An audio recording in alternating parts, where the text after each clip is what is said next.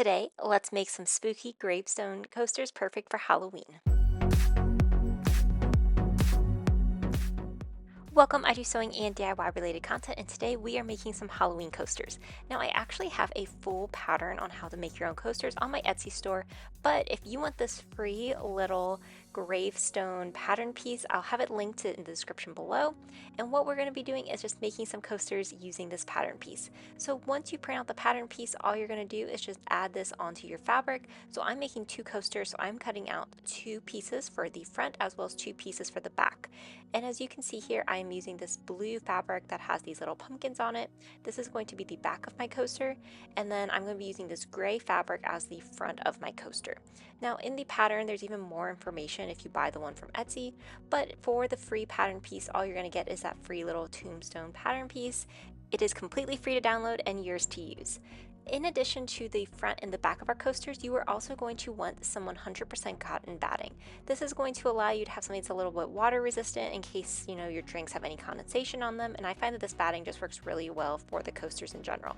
Now, as you can see on this little test one, I had actually sort of embroidered the letters RIP to make it look more like a tombstone. This is a completely optional step, and the way that I did this was I just found where the middle was on my gravestone and then went about 2.5 inches down and then wrote out in chalk the letters that I wanted to embroider on there and then a line underneath, and I repeated that for both of my coasters. Again, this is completely optional. For the embroidery, I am going to be having the gray piece with that batting just to give it a little bit more stability and structure, and then I'm going to be taking this over to my sewing machine.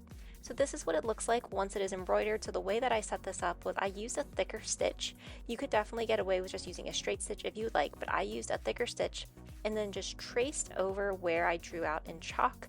I will say that this took a little bit of practice, especially for some of those curves, but overall it wasn't too difficult to do.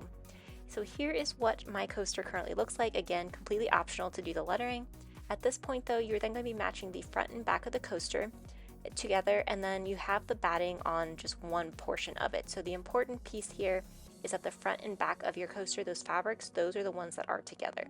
And then at the bottom of the coaster, just kind of leave about a 2-inch gap. So I've denoted that with these two little pins, but we're going to be starting at one pin going all the way around and stopping at the other pin, leaving that gap open. Now for the seam, I'm just taking a straight stitch all the way around, being sure to pivot at the corners and sewing carefully along the curve. When you're sewing on the curve, be sure that you are just taking your time going around to get that nice smooth curve shape. So here's what the coaster currently looks like. So I'm just going to go through, trim up any of this extra material, and then clip these curves. So when you clip the curve, it's where you're taking little notches out of your fabric. So I'm getting as close to that seam as I possibly can without cutting into it, just so that this gives it a little bit of room. So when we turn this right side out, the fabric will not be bunching up as much. And now I'm just going to turn this using that little gap that we created. It looks so fun and so spooky, perfect for the holiday season. Once you have that done, I'm just going to repeat this now for my second coaster. So just going around and taking that seam, being sure then I'm also leaving that gap at the bottom. Once you have these turned right side out, just go ahead and give them a good pressing so that they are nice and flat and smooth. Here's what mine looks like. I think that they turned out so well. And now at the bottom where you had that little gap that we used to turn this right side out, I'm just going to be pinning this up so that it is all staying in place. Check the fabric on the back as well to make sure that it looks good too and is nice and flat and smooth. And now we're just going to take a top stitch all the way around the coaster. So something that was a little different for this version that I did was I actually took about 1/4 inch top stitching, and I found that this just gave it a little bit more dimension and really made it look like a tombstone compared to doing a very close like 1/8 inch top stitch and then doing another one maybe like 1/2 inch in. So here is what my coaster looks like. I absolutely love it, so I repeated all of these steps for the second coaster. So you could repeat these as many times as you wanted, and you could have a whole set of these coasters if you would like. But here's what my coaster looks like. The front and the back turned out so well. Now when we did that top stitch all the way around, it should have got the fabric at the bottom. It should like kind of caught that along the way.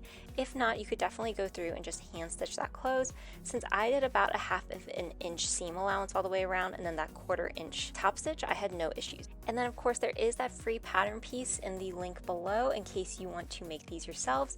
I had so much fun with these. If you want even more information about how to make your own coasters, I do have an Etsy pattern that goes step by step through it and goes a little bit slower than what we did today. You could also make like a little cover for these too. That would be so fun as well for the holiday season.